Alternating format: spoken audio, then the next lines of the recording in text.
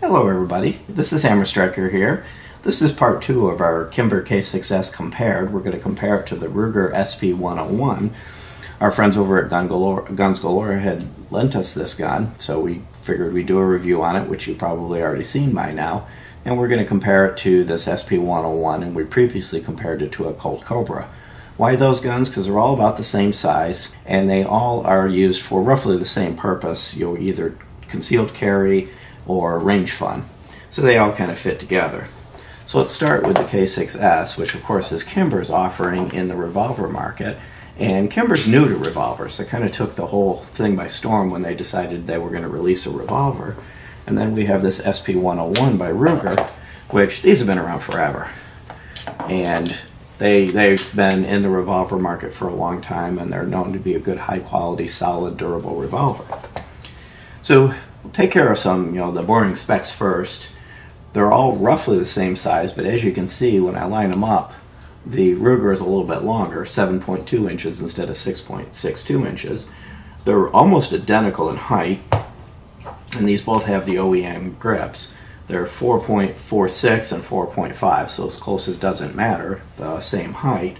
And the thickness on them, the K6S is actually 0.1 inches thinner.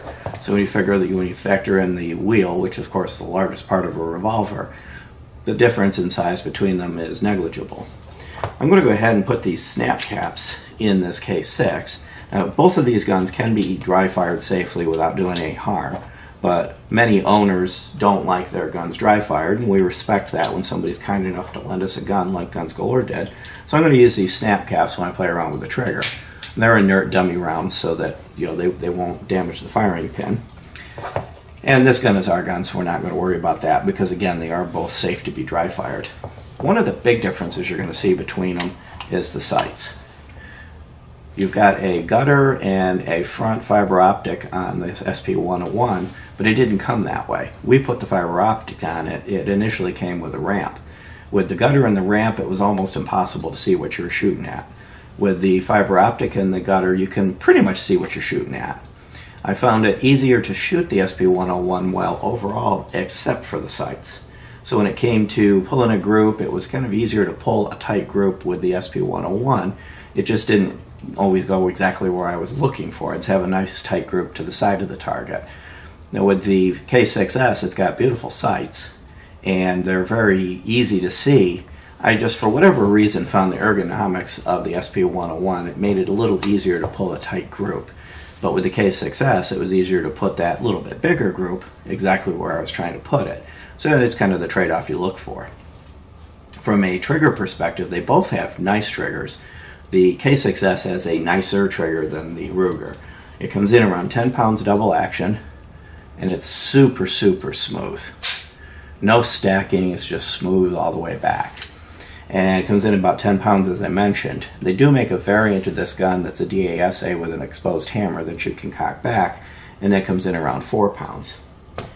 The trigger is 12 pounds plus on the SP101, but it is very smooth and consistent with no stacking, so it's easy to get a nice trigger pull on it, but it is noticeably heavier.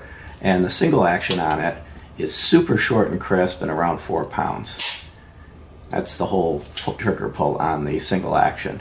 So both of them have really good triggers and no grit or any of the other issues that you sometimes see. Both of these things are well constructed, they're well machined, they're really smooth, and they're really nice looking guns. Even though I will say there's just something about the Kimber, it's a nice looking gun. The way the full lug is set up and just the overall look of it, the finish and everything else. Not to say the Ruger's not nice looking. These are beautiful guns. But the Kimber, they kind of nailed it. They came into the revolver market, they did it right. Even the gaps, you know, around the back and everything is just kind of well done and smooth and refined. Now, I did notice that this exposed metal at the back versus the rubber on this one. Now, these are factory grips. You could change the grips easily if you wanted to. These are kind of pretty. I don't know if you'd want to change them, other than the fact this likes to give the thumb web a nice smack when you fire 357 in it. So at the range, if you're going to be shooting 357, this is kind of the one you want to have with this, you know, not as pretty rubber grip, because it really protects your thumb web. With 38 Special, either one of them was very comfortable to shoot. Their weight is similar. The K6S is 23 ounces. The Ruger is 25 ounces. That extra couple ounces may help it a little bit with recoil management. Both of these are available in variants with, you know, different color schemes. This is available in the two-tone as well as available stainless. This one's in quite a few variations, including a couple distributor exclusives.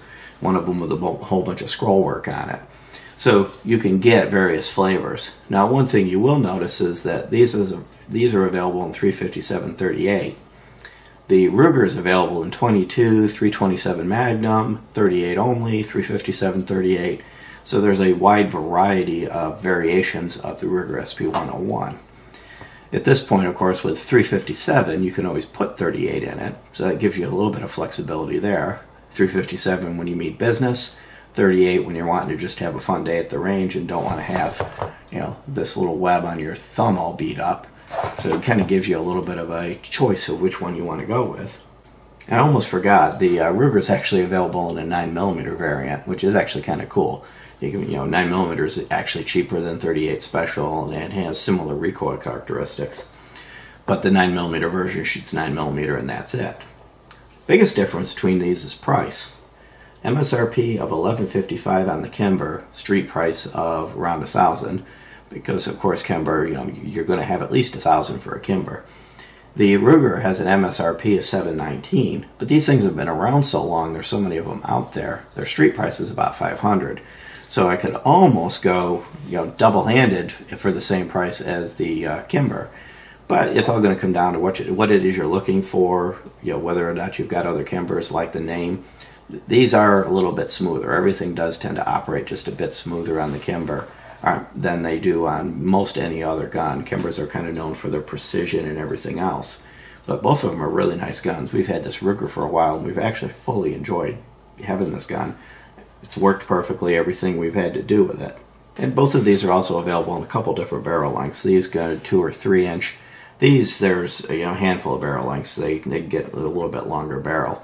But once you get much over the 2-3 inch territory, you're out of the pocket gun territory and now into the either outside the waistband or all-out range gun territory.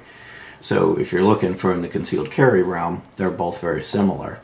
They both use a push-button cylinder release, and it operates very smoothly on both of them. It's serrated, but a little less aggressive serration on the Ruger. This one has a really very aggressive serration, but it doesn't hurt you, it doesn't beat you up, but you're not going to slide off it.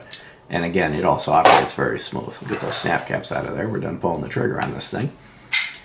So you can't go wrong with either one, or 2 of these for the price of 1 of these, depending on what you're looking at.